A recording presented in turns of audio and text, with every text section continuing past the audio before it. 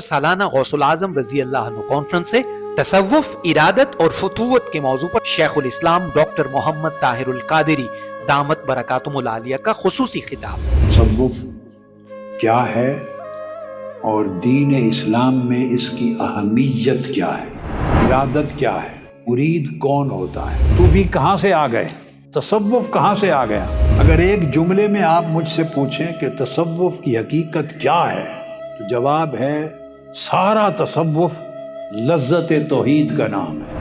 تصوف نام ہے ان طریقوں کا جن طریقوں سے اللہ راضی ہو۔ تصوف رویوں کو بدل دینے کا نام ہے۔ علماء کا بیان قال توحید ہوتا ہے، صوفیاء کا حال توحید ہوتا ہے۔ تصوف کی اصل غار حرا سے شروع ہوتی ہے۔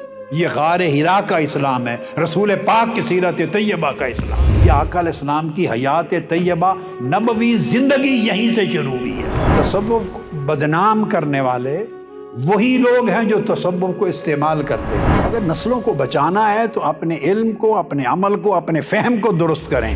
بندہ اللہ کو اپنا معبود سمجھے تو یہ شریعت ہے، اور اگر بندہ اللہ کو مقصود سمجھ لے تو یہ طریقت ہے۔ فتوت پورے تصوف کا ماحصل ہے۔ یہ سب کو ہے تسلیم کہ معبود وہی ہے، کم ہیں جو سمجھتے ہیں کہ مقصود وہی ہے۔ ضرور دیکھیے شیخ الاسلام ڈاکٹر محمد طاہر القادری کے سوشل میڈیا پیجز اور منہاج ٹی وی پر 18 اکتوبر 2025 بروز ہفتہ پاکستانی وقت کے مطابق شام 6 بجے، یو کے وقت کے مطابق دوپہر 2 بجے، کینیڈا وقت کے مطابق صبح 9 بجے